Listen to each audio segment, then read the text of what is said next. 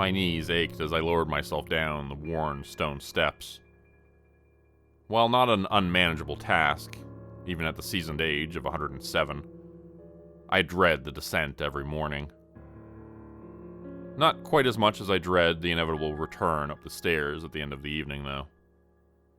Musings of having an elevator installed cross my mind daily, but I know that the risk of exposing my work isn't worth it. No sense in hiding these deadly oddities, just to have a day laborer unwittingly release a demon back into the world. When I finally reached the landing at the bottom of the stairs, I propped myself up against a wooden table and drew in ragged breaths. Limited immortality had sounded so much better than this when I had taken the position so very long ago. No one had bothered to tell me that my body would age and decline just the same. My tissue paper thin lungs had filled with air again, and my pulse was beginning to normalize as I turned my body around to face the squat wooden table on the landing. Directly in the center of the table sat a fist-sized oval made of solid gold and inlaid with delicate bone filigree. I had always assumed the ornamentation was made from human bone, but I would never know for sure. My predecessor hadn't known either. But such dark objects lead to reasonable assumptions.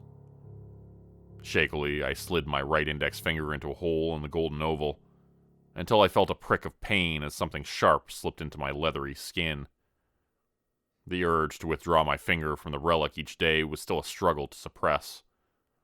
Pulsing pain radiated into my wrist like arthritis, and I could feel the blood being drawn from my finger. When it stopped, I removed the digit and rubbed the end of it on my thumb. "I grow tired of the taste of your blood, immortality," hissed a multi-layered voice from the oval. "You will bring me something younger soon, Felix."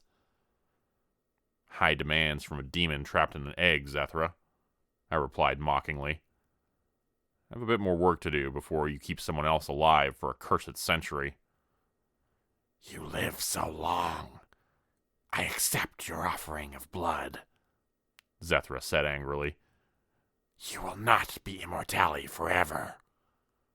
"Quiet, egg dweller," I responded as I shuffled down the hallway towards the archives. "With an attitude like that, I'm likely to give you a dip in the barrel." Silence. Even the likes of Zethra feared being placed in the barrel. Shuffling footsteps bounced off the rough granite walls of the hallway as I made my way toward the archive. The heavy door glowed lightly with runes that I had never before been able to read. It didn't matter anyhow. My predecessor had shown me the order in which to touch them to open the door, so their meaning had little significance to me. My throbbing index finger traced a path between the correct runes, and I heard the latch click and the hinges gave a low groan, and the door opened inward. For the last 85 years, I have been the senior archivist for the Historical Society of a tiny Midwestern town. We display antique tools, turn-of-the-century documents, and rusted pieces of Americana for bored school children to look at and forget during obligatory school field trips. Our genealogy office sees a bit more of an enthusiastic response from the older citizens here. My real work, however, is found 50 feet down the stone steps, below the Historical Society and beyond the ruined oak door. There, I am the archivist. Fancy title, I know. The archive has been there long before this town ever existed. For all the wonders and terrors held within, my organization knows precious little of the origin of this place. For that matter, we often know little of the objects we collect, other than the power that they possess, and the possible implications to the world at large. The objects themselves come in at random intervals. A bedraggled man or woman appears at the Historical Society desk a few times a year, and presents me with a brown, paper-wrapped box. They tell me it is a donation for the Historical Society. Then they place a copper coin with a crucifix and half-moon stamped on it down on my desk. We nod at one another and they depart. These are the Venators, relic hunters. At this point, my work actually begins. I would leave my apprentice Thomas to watch the society as I trudge down those damnable steps with the new package. Zethra gets its daily drink, and I receive another day of life in return. This ritual I must perform daily, package or not. I will continue feeding that imp until Thomas is prepared to assume my duties as the archivist. Relics are sorted into two categories upon arrival: archive and termination. Archive relics aren't necessarily banal objects, but they are safe enough to store without causing havoc by their sheer presence. An excellent example of this is found on aisle 3, shelf 4. Carved from Brazilian rosewood and adorned with silver bands, the pen of Amamon is easily contained. Without a hand to wield it, the thing holds no power. In the hand of the unsuspecting, death is certain. If gripped in a bare hand, the pen will begin to draw blood from the user as ink. Enthralled by the pen, the wielder will be compelled to write every sin and wrongdoing they have committed over their lifetime. No poor deed is too small to be drawn forth on a crimson-laced page. Worst yet, there is no man or woman alive who would run out of evil deeds before they run out of the precious ink. The pen sits in a resin case as it has for many decades. No touch, no trouble. Termination relics are those that simply cannot be contained. Their existence is such that proximity alone can lead to calamity. An unfortunate example of this can be found on aisle 1, shelf 2. Roughly twice the size of a marble, the glass ball is filled with swirls of crimson and obsidian. Trayman's eye. What a terrible thing. While unassuming in appearance, too much time in its proximity proves maddening.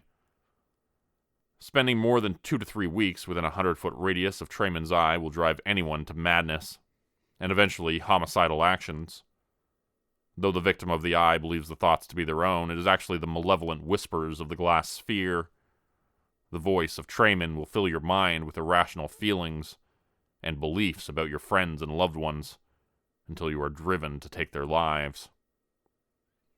With all of my years of experience handling cursed objects, Trayman's eye toys even with me. My thoughts in the last few weeks have begun to dwell on believing my assistant Thomas has some dark purpose for the archive. If you're wondering why I've been so careless as to leave it here long enough for these thoughts to invade my mind, I assure you it was not done lightly.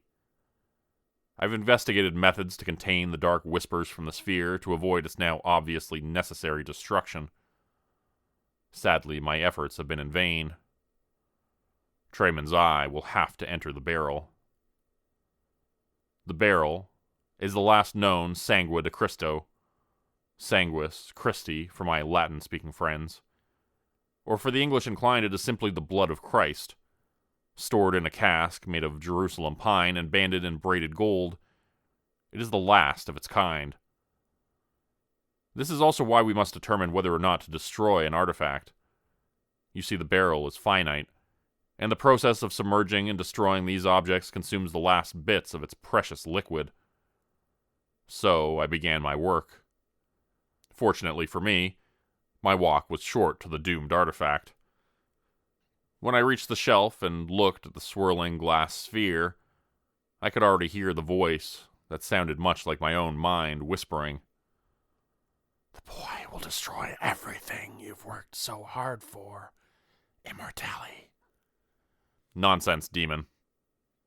"I am aware that you know what I am, Felix. Yet still, I tell you, the boy will be your doom. This can be stopped if you spare me." Anything facing its own destruction would tell the same lies, Trayman. "Ask the djinn if you do not believe me. Thomas releases him when you are away. Beware, Felix." I'll take this under consideration, Traymon. Farewell. With this back and forth finished, I pulled the silver tongs from my pocket and used them to grasp the orb on the shelf. I shuffled my feet toward the workbench and placed the sphere on a purple velvet pillow and settled myself on the stool. My knuckles throbbed as I lifted the heavy wooden lid from the barrel, nestled in the center of my workbench. A rich aroma of cardamom, myrrh, and copper filled the air as I gently placed the lid to the side. Taking the tongs, I lifted the sphere from the velvet pad and dropped it into the barrel. I heard the plunk of the sphere as it fell through the thick liquid and settled to the bottom of the cask. Low shrieks and the sound of bubbling filled the room, but I didn't bother to look inside the barrel. I had seen the process enough times that the novelty had worn away. I recovered the barrel and prepared to leave the archive for the day. Trayman was no more, and I had grown tired. My eyes drifted towards the brass gin lamp on aisle 1, shelf 4, as the demon's words filled my head.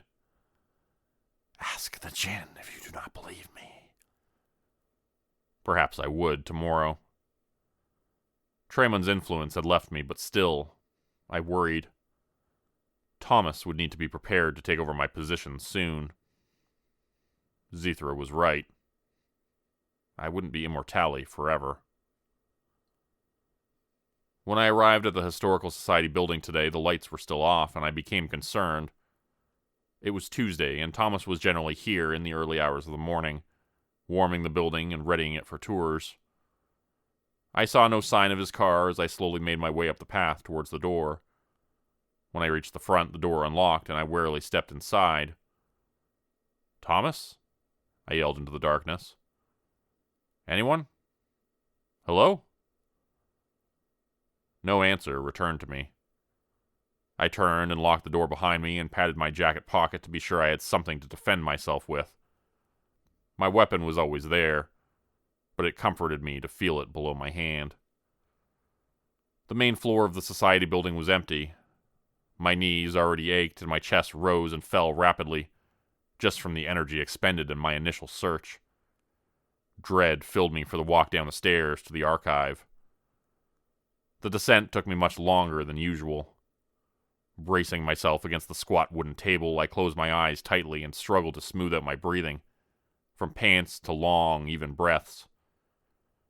When I opened my eyes, the first thing I noticed was the absence of Zithra's egg. The table was empty. A table that had been in place for over 200 years now sat empty. My wavering heart thumped its own weak impression of panic as the finality of the situation dawned on me. Zithra was gone. For the first time in 85 years, the timer to my demise began to tick away in my mind. Pushing myself away from the table, I made my way down the hall, only to see the heavy oak door shredded to splinters and littering the floor. As I crossed through the destroyed barrier, two things immediately stole my attention. Every aisle of the archive was now barren. Not a single shelf held an item.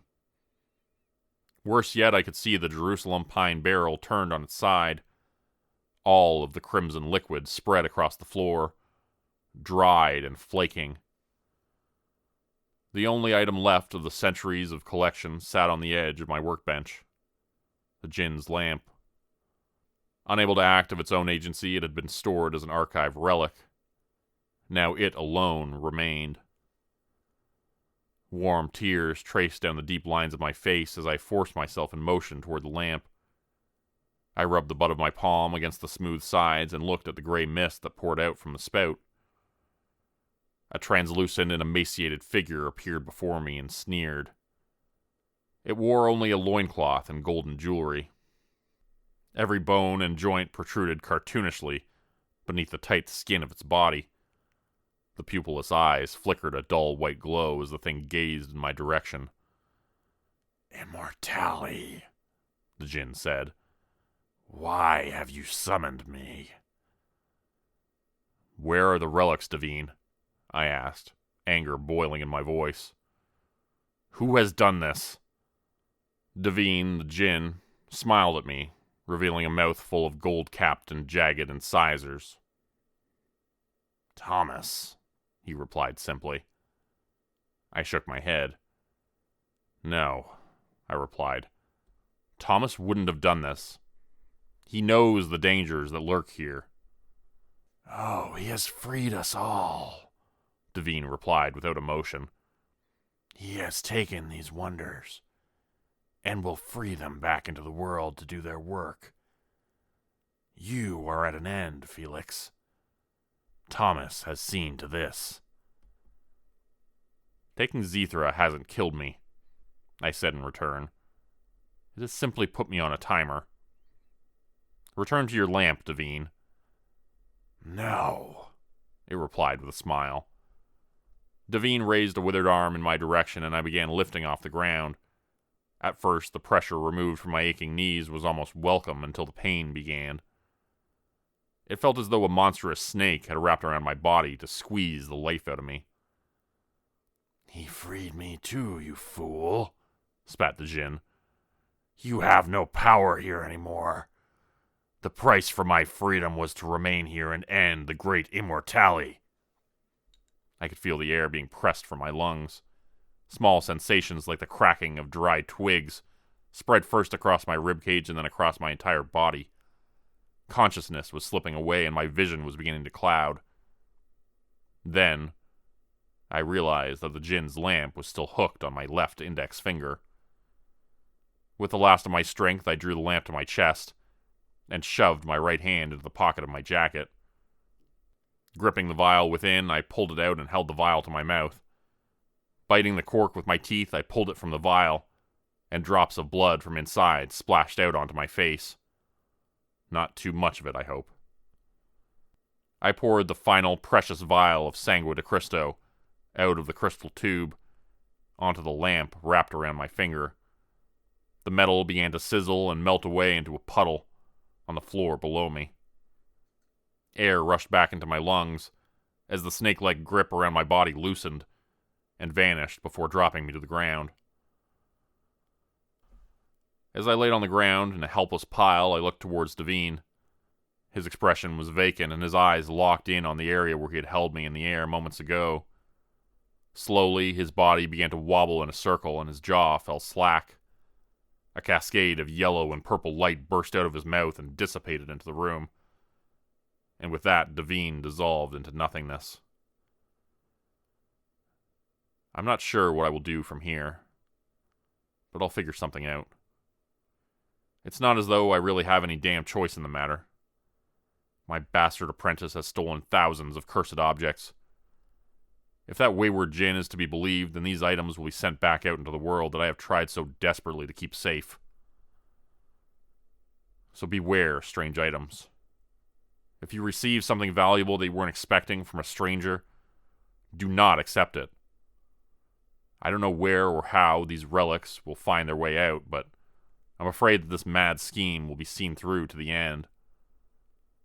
Should you happen upon one of these demonic vessels, I simply ask you to do the following.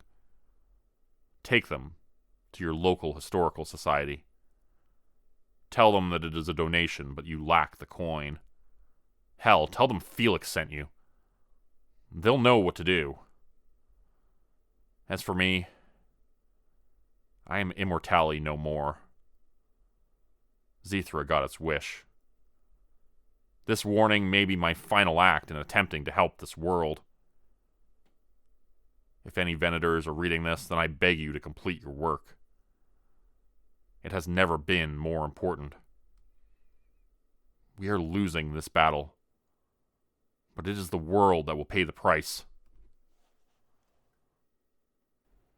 Today's video was supported by patrons like Mark from Earth, Crimson Muse, Joy Burton, Diane Showers, Mark Zawal, Cheryl James, Figure Sticker, Teddy Dog, Clue404, Mamakato, Dante Kincaid, Zarin Ray, Angela Donovan, Blarian50, Devin Kyle, Timothy Baird, Ajeti, Bert Turner, Bajani Aspinall, Michael Pierce, Big Joe, Carrie Harkonnen, LaDonna Spivey, Scott Tanaka, Tom Stewart, Sherman Davis, Bryce Shelton, Susan McClendon, Elise Batiste, Lisa and the Cult Jam, Open Circuit, Fabulavore, Raymond Jaggers, That Darn Fox, Raison Detra, Kai Gaming 99, Wendy Burns, The Wendigo, Michael Squishy Park, The Gemstar, Vault 77 Citizen, Puppy Dan, Clovis Wolf, Eldridge Elm, Derek Prey, Elder Being, KC Hawaii, Rob T, Tragic Mermaid, Darren Fishnaller, Clove Zenoya Harris, Roe Underwood, Florida Man Luke, Bethany's Mom, Winter's Kiss, Sam Brook, The White Stag, and Corgi Connection. If you'd like to help support the channel, please consider joining my Patreon page at patreon.com/Jordan Group Horror. As a patron, you'll get access to bonus videos, content, and a Discord channel. You'll be credited at the end of every video going forward, and if you decide to stay for 3 months, I'll name a character after you, which will be featured in the next Hollow's End story. Links to join the Patreon are in the description. Thanks everyone for listening. Please like, subscribe, and comment to help the channel continue to grow. It really does help out a lot. And see you again next time at 4 p.m. Eastern Standard Time. Hope you have a great night.